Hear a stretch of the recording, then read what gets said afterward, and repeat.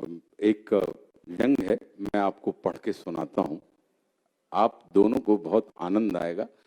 इसमें व्यंजना है, आनंद सबको आएगा, सबको आएगा, क्योंकि आज की तारीख में तो मतलब हम और आप सब जो सड़क पे हैं वो सदन में है, और जो सदन में है वो सड़क पे है। इस व्यंग का शीर्षक है दल नहीं दिल बदल। तो हाल ही में पार्टी बदल कर फुर्सत हुए अपने जनप्रतिनिधि को बड्डे ने घंटा घर के चौगड्डे पे पकड़ लिया और छूटते ही बोले कि क्यों, कल तो तुमने कसम खाई थी कि मरते दम तक साथ ना छोड़ूंगा। है? हमारे बच्चे नाती पोतों के भविष्य में हमारे ऊपर फक्र होना चाहिए कि उनके बाप दादे ऐसे थे जिनने कठिन समय में उस पार्टी का साथ दिया, जिसने उनके कार्यकर्ता से नेता बनाया।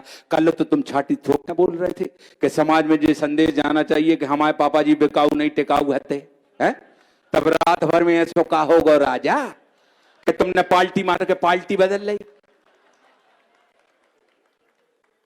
राजा ने दार्शनिक अंदाज में कहा, बड्डे ये दुनिया उसी पे फक्र करती है जिसको समाज की फिक्र होती है।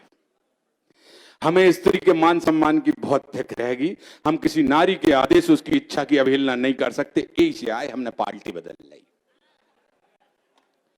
बड्डे अवाक से अपने निवर्तमान जनप्रतिनिधि को देखते हुए बोले, कल ही उस पत्रकार के मुंह में तुम माइक ठूस में, कल ही उस पत्रकार के माइक में तुम मोट घुसा के तुमने कहा था कि पैर पे छाड़ी जान न दे है जंग देखता है लड़े मलकान है।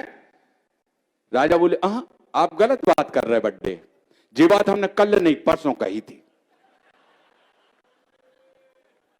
परसों कही थी, क्योंकि परसों तक हम लक्ष्मी जी की लाइट में नहीं थे। लक्ष्मी जी ने लाइट तो कल रात में हम पे मारी, तब कहीं जाके हमारी आंखें खुली। कल रात लक्ष्मी जी हमारे घर आई और रोने लगी, हम घबरा गए। हमने तुरंत ही उनके पांव पकड़ लिया और उनसे पूछा कि क्या हो गया माता राम, काय को रो रही हो? हैं? वे बोली, बेटा राजा, जो देखो वो ही औरतों की बेइज्जती कर रहा है। तुम जैसे सुलक्षणी बहुत कम है बेटा, जो लक्ष्मी की कदर करते हैं। तो बेटा तुम हमें चुपचाप अपने पास लुका लो और उन लोगों का साथ छोड़ दो जो लोग औरतों को आई मतलब मां की जगह उसके आगे टम लगा कर उसको मातम यानी मातम बना के बदनाम करते हैं। हमने उनसे कही, कैसी बातें कर रही हैं आप? हम तो विपत्ति के साथ ही हैं, मीत विपत्ति के ढेवा हैं, ऐसे मीत में लंके ना आए।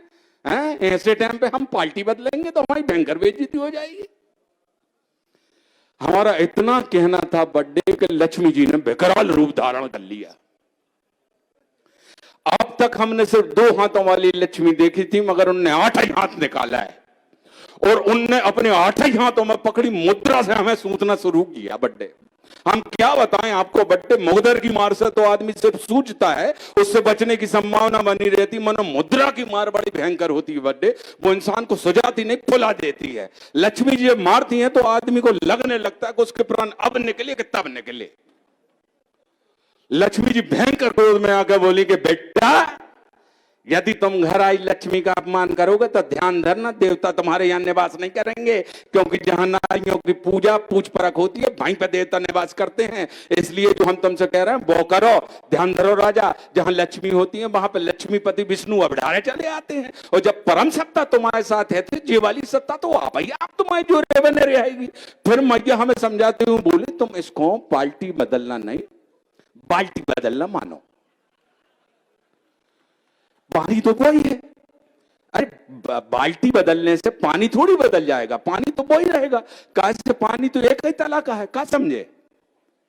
सो बड्डे आप हमें गलत मत समझो, हम पक्के समाज सेवी हैं, हमको समाज की फिक्र है। लक्ष्मी जी हमारे घर डेरा डाल चुकी, उनने हमसे कहा है कि हर औरत लक्ष्मी होती है, और जो आदमी लक्ष्मी की कदर करता है वही आदमी विशेष लक्षणों से युक्त अर्थात विलक्षण आदमी कहलाता है।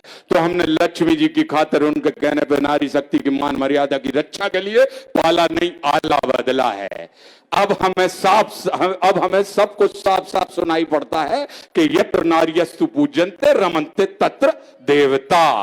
बड्डे ने बहुत गंभीरता से राजा को देखा और कहा कि अब एक बात हमारी सुई सुनत जाओ राजा, 8 हाथ वालों की न दोस्ती अच्छी न दुश्मनी अच्छी। कैसे ये जब देते हैं तो अपने 8 ही हाथों से देते हैं, जिसको तुम अपने 2 हाथों से समेट नहीं पाते। लेकिन जब ये वापस लेते हैं तो अपने 2 हाथों से तुम्हारे 2 ही हाथ पकड़ लेते हैं और बाकी के बचे 6 हाथों से सबरे समेट लेते हैं। तब आदमी की हालत बिल्कुल ऐसी हो तक है, आओ लच्छू जाओ लच्छू, नहीं तक अच्छू नहीं हो तक अच्छू। तो महेंद्र भैया, अरे महेंद्र भैया के हाथ में बेचारे हमें बता रहे थे कि भैया अकेला पड़ जाता हूं मैं। लक्ष्मी जी सिर्फ 2 ही हाथों वाली दर्शन दी है उनको, कभी 8 हाथ वाली लक्ष्मी जी के भी दर्शन करा देते तो मतलब फिर कोई समस्या ही नहीं थी भैया। अब हमको पूरा विश्वास है कि अब आपके जीवन में 8 हाथ वाली लक्ष्मी को भी, आपको अष्ट लक्ष्मी जो होती हैं उनके भी दर्शन आपको हों, ऐसी देवाधिदेव महादेव बाबा महाकाल से प्रार्थना है। तो ये आपकी मित्रता के चक्कर में कैबिनेट मिनिस्टर हैं, वो अपने यहाँ पे मीट चल रहा है प्रवासी भारतीयों का, और वो अपने काम छोड़ के यहाँ पे आए हुए हैं, बैठे हुए हैं। सचिन भाई हैं, पूर्व कैबिनेट मिनिस्टर हैं।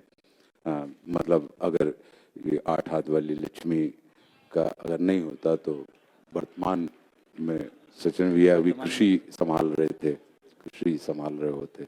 और मुझे लगता है कि जिसके पास मित्रों की संपदा हो वो मन के त्राण से मुक्त करवा ही देते हैं।